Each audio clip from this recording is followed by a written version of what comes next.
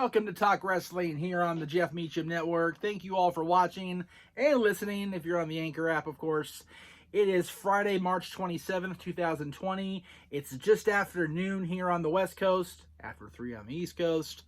It occurred to me yesterday as I was getting ready to prep this show that yesterday was the anniversary of the final episode of WCW Monday Nitro. That it was 19 years ago this week that World Championship Wrestling came to a very abrupt, sudden end. And I firmly believe that if WCW still existed, there may not have been a flooding of the marketplace, if you will, for podcasts and websites, things like that. There were a few. There were a ton of them, actually, in the dying days of the Monday Night Wars. But I don't know if there would be a NoDQ.com media division, quote-unquote, or Talk Wrestling, for that matter, in 2020 without WCW. So, in a roundabout way, I kind of owe WCW my existence as far as in this podcasting world of ours. So, I decided to watch both episodes, Raw and Nitro, last night. Tried to sync them up. I'm sure you guys follow along on Twitter. It was funnier than hell trying to sync them up. I actually got a retweet from Deborah Marshall, of all people, after I singled her out yesterday on the No DQ review. So, kind of a weird set of circumstances. But anyway, that's not what today is about. Today is about a couple things, and I will get to the announcement momentarily. It's going to be longer than I thought because I've only got 3 questions that I found suitable for public consumption, ready for prime time, if you will. So I'm going to get to those. I promise I will. It is hashtag Ask Meach Anything. You guys did ask me questions, and I appreciate it. So we're going to do this segment again in 2 weeks on the April 10th episode of Talk Wrestling. Hashtag Ask Me Anything. April 3rd show will be my final thoughts going into what is going to probably be the strangest WrestleMania broadcasts of all time. Even stranger than a toga party with camels and elephants. It's going to be completely nuts next weekend when WWE decides to broadcast what they taped this week. And with the news about Roman Reigns pulling out of WrestleMania, what is in store for old Billy Boy, speaking of WCW? What is in store for the Universal Champion? I guess time will tell. Maybe we'll find out tonight on SmackDown as WWE goes live again from the Performance Center. Or not live, but live to tape. So, let's get to your questions. First one today comes from Andy McManus. He says, everyone always talks about the negative changes that have happened since WWE went PG. What do you think are some of the more positive things that have happened since the start of the PG product? Well, the short answer is, without a PG product, you wouldn't have anything to bitch about, I guess, here on the podcast. So, that's the easy answer. I honestly, as much as people crap on the product, and Lord knows I am one of them, I don't really see a problem with the overall idea of presenting a PG-centric product from WWE or from wrestling at all, for that matter. However, you have to keep in mind that my generation especially, and the generation before me even, that was starting to move into it, came into our own as teenagers and adults at a time where the Monday Night Wars were very real, where the product was TV-14, often TVMA. If you really think about today's standards, the product back then would definitely be mature audiences only, especially ECW. I mean, ECW is TVMA across their entire string of programming on the network, with the exception like the early, pre-Paul E booking stuff. But, ECW would not be PG at all in 2020. WCW during the Vince Russo era definitely would not be PG, and WWE was not PG. And as a matter of fact, they didn't go PG until well after the end of the Monday Night Wars. It was well into the brand extension / modern era that they decided to make that decision. Now, people have debated for years. Was it because of the Mattel link-up? Was it because of Linda McMahon running for the Senate? And I'm of the firm belief it's the former, because I can't foresee a world where Mattel would sponsor a TV-14 product, considering how kid-centric they are. So it's probably the Mattel link, which is not a huge, for investors, it's, a huge thing. For the typical fan like me, it's like, man, they're watering the product. There is a lot of bad with the product, yes, but I feel that often the product is often too crapped on. I said often a lot just then. It's very often too crapped on by the general fan, especially the hardcore fans, I should say. I don't feel that they get near enough credit for the product they do put out that is good, because so much of it is bad. We as a society tend to focus on the bad, and there has been a lot of quality programming, and I think if people just kind of, weed through the shit a little bit, it would be, they would find some quality stuff in there.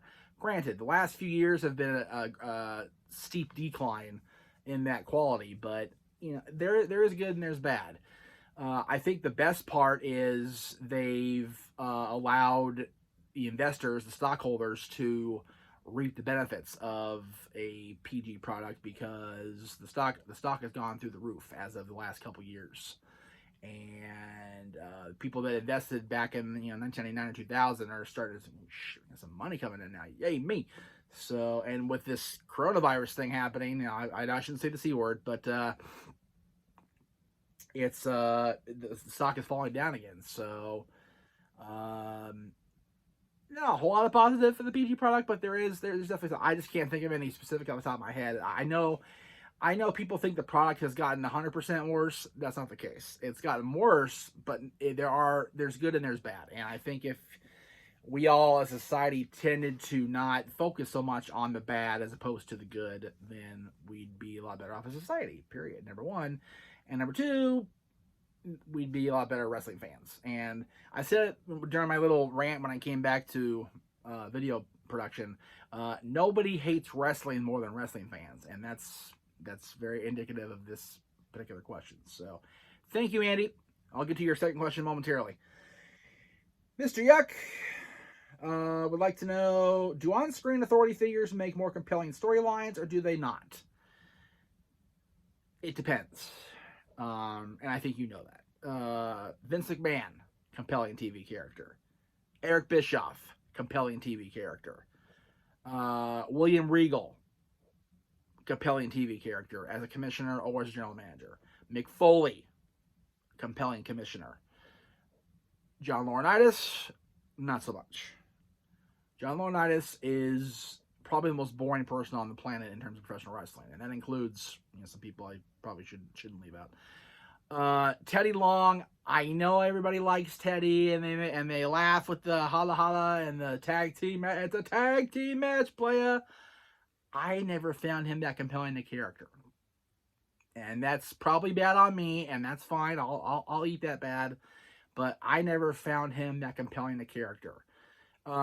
By contrast, Vicky Guerrero, somebody I never expected to be as compelling a character as she was, is one of my favorite, general managers / authority figures / characters of all time.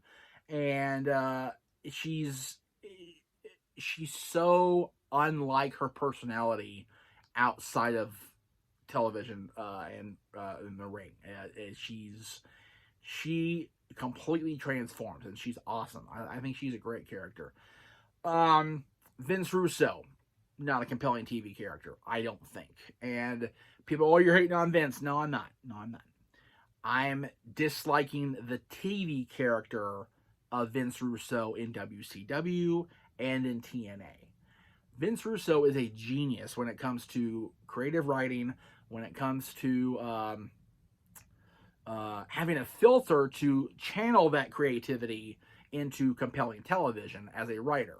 As an on-screen character, he's just your typical brash, can't go 2 sentences without swearing, jerk off. So that's, you know, and maybe that's Vince for real. I've spoken with Vince once over the telephone. Did an interview with him. He was a great interview for us on Extreme Mayhem back in the day, but I was never invested in his character as the authority figure in WCW or TNA. God, who else? There's been so damn many over the years. Again, Bischoff, both in WWE and WCW. Jack Tunney, not a compelling character. Boring as shit. You wanted him to get strung up. He was awful, awful, awful. I'm sure Mr. Tunney was a wonderful human being, a nice guy. I've heard different stories over the years, so I don't know, but I thought he was an awful, awful authority figure. Just bad. Oh, there's definitely good and bad. Again, we talk about good and bad. There's good and bad on both sides of that coin. But I think the most compelling authority figures by far have been Mr. McMahon, Eric Bischoff, Mick Foley, Commissioner and General Manager Regal. And Regal's a wonderful GM. Let me just stay on NXT. He's the best general manager that brand's ever had, as far as on screen. The Authority. There you go. Speaking of authority figures, Hunter and Stephanie. People are going to be surprised by this. I liked, and do like to this day when they do pop up as authority figures, I like Hunter and Stephanie being in charge. I like Shane being in charge when he wasn't doing the best in the world. Bullshit. I like Shane. The McMahons, as much as they were thrown at us over and over and over again, they made for compelling storylines, compelling television. They made the world, keep circling around the sun when it came to WWF and WWE television and programming. So I have a affinity for the McMahon family as far as their TV characters, and honestly, having met most of them, I like the McMahons personally. So, just my thing. And what do you guys think in the comment box? Let me know. Who am I leaving out? I probably left out a lot of people that I'm gonna go don't when I read your comments. So, what do you guys think? All right, last question is again to Manny McManus, and it really touches my heart because it's just gonna piss me off if they do it. Do you think WWE will have WrestleMania 37 in the venue that this year's event was supposed to take place, and those who have already bought this for this year will be allowed in for free? No! No! WrestleMania is here next year! No switching. Nope. Nope. I've got my whole year of saving money and my whole year of getting people booked into this city, and people, no, stop. That's a bad Andy. No. I don't think they're going to throw Tampa that bone. I'll tell you why. I don't know the whole story. Let me just be clear on that. Vince seemed to hold out until he absolutely had to in order to not have it at the stadium or have it in Tampa somewhere, or in Orlando somewhere other than the PC. He held out and he held out. So I think Tampa forced his hand. That's from what I've read. Okay, let me just preface that. So I don't think Mr. McMahon will be compelled to throw Tampa Bay that bone. And here you have WrestleMania this year instead. No, because remember, when they sign these deals, when they make these announcements about WrestleMania a year in advance, they've already talked to the people that own Selfie Stadium, people that run Staples Center, people that run the convention center out here, people that, book it, people that, help operate it. They've got contracts in place already, when they made that announcement. So they're not going to renege on a deal with the city of Los Angeles or Inglewood or whatever the case may be, simply because the shit hit the fan with this COVID stuff. So, no, I don't think they will hold WrestleMania 37 there next year. And no, they will not let the 36 attendees in for free, because I'm paying full price for a damn ticket. So if they let somebody else in for free just because they got screwed out of a WrestleMania attendee this year because of circumstances beyond anybody's control, I still call that bullshit. And WrestleMania will come back to Florida. They've been back to Florida like 4 or 5 times. They'll be back. Let LA, let Southern California have our moment with WrestleMania. We've not had WrestleMania in Southern California in 15 years. It'll be 16 next year by the time it gets here. So, and I didn't get to go last time. So let us have it. Let me have it for what I just said, because I probably pissed off a lot of people with that. And if you're listening on Anchor, thank you for listening. And we will see you next week. Well, actually, you'll hear me next week on the Jeff Meacham Network. But for now, tune into the YouTube video because I have a huge announcement. So, Anchor, good night, or goodbye, whatever you want to call it. And on YouTube, here we go. All right, so you guys know that since I, launched the new network, if you will, much like WWE did 6 years ago, I've been calling it the Jeff Meacham Network, and I tried the rename last week with the NTS. It didn't work out, or whatever it was 2 weeks ago. Didn't like how it sounded. Didn't like how it, rolled off my tongue. So went back to Jeff Meacham Network. But in the process of all those conversations, I was talking with an old friend of mine, and his name is Greg Clifton. And no, it's not Greg Cherry, for those of you that think I only know one Greg. Greg Clifton runs he is a graphic artist. And he came to me kind of out of the blue on Instagram. He messaged me because he saw me online, he said, and offered to design logos for me and t-shirts for me to sell on his Teespring. Sure, why not? What the hell? And he came up with the MEACHAMANIA stuff, which I thought, look at that. That's so awesome. It looks exactly like, almost exactly like, the classic Hulkamania design. And I was like, that's fucking bitchin', man. That's great. I love that. I love how that works. It looks. So I said, hey, I got a question. I'm kind of at a point in my stuff, my logos with my own podcast, where I'm like, I'm making my own stuff and it looks like shit. What can you do for me? Well, my goodness, he came through with guns blazing, and I gotta thank Greg so much. He came up with the new logo for Meach's Musings, which you're seeing right here. I love that he included me in the logo. I thought it was pretty cool, because Meach's Musings is very much a personal Jeff Meacham show as opposed to the talk wrestling you're seeing right now. So that was cool to see that. He gave me a brand spanking new Wrestling Rewind logo and 3 different color t-shirts for it, which I thought was really, really cool. He did do a white one. Not a fan of the white one, so I'm not going to advertise that one. Y'all want a white t-shirt with the Wrestling Rewind logo on it? Buy it. Buy the shirt, as the promo is going to say. Then he kind of tweaked the Talk Wrestling logo, because again, I mentioned this when I did Teespring myself. Can you see it on there? Really can't.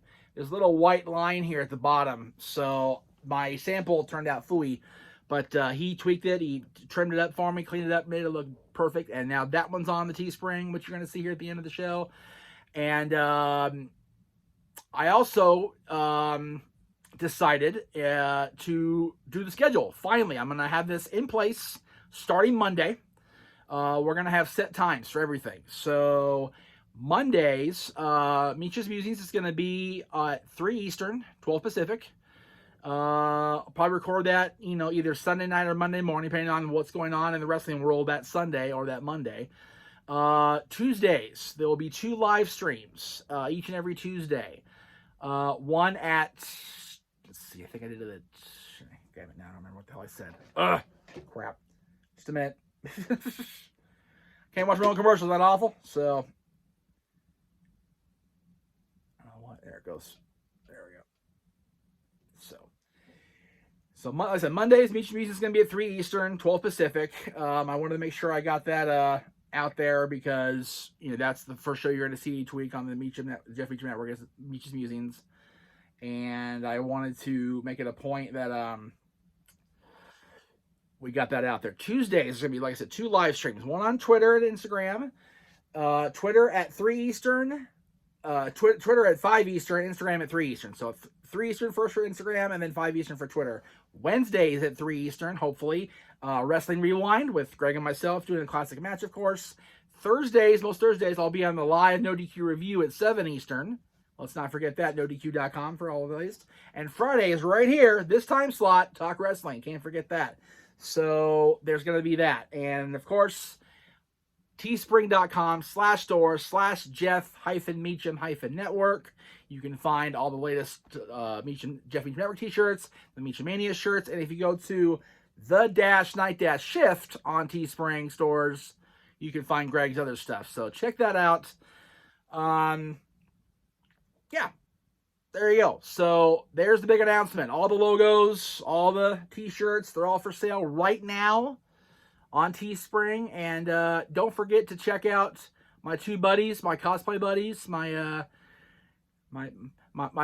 of my favorite people in the world right now. Actually, they've been chatting with me nonstop since this shit broke out, and I gotta thank them both. First, Alexandria the Red. Let me throw her in right. Let's throw her in right about here. Actually, it's backwards, so it'll be about here. She is an amazing cosplayer, an amazing model. She has this gift for channeling the character and channeling the ideas for the character into her work. Can't recommend her enough. The calendar hangs right over here, and I got crap for it yesterday for the naughtiness of the March picture. So, Alex, oh well, I'm 18 years old. What do I give a shit? So check that out for sure. Check out Red at Alexandria the Red. She's on Patreon, on Twitter, on Instagram, and on YouTube, Facebook, and on her calendars on the Night Cartel. So check that out there. Also on OnlyFans. I know. There's nothing naughty. Don't worry. I'm not going to. There it is right there. Laura Sins fan is, she's a fan out of the United Kingdom. She's been a fan of mine and a chatter of mine. We've been chatting a lot the last few years. She's a big Ottawa Senators fan, which, you know, she knows the woes of being a fan of a horrible hockey team. So my heart goes out to her. But check her out at OnlyFans. Can't say enough about that stuff. Great material. So that's it for this week. Back to regular programming tomorrow, Monday. And we will see you guys next week right here on the Jeff Meacham Network.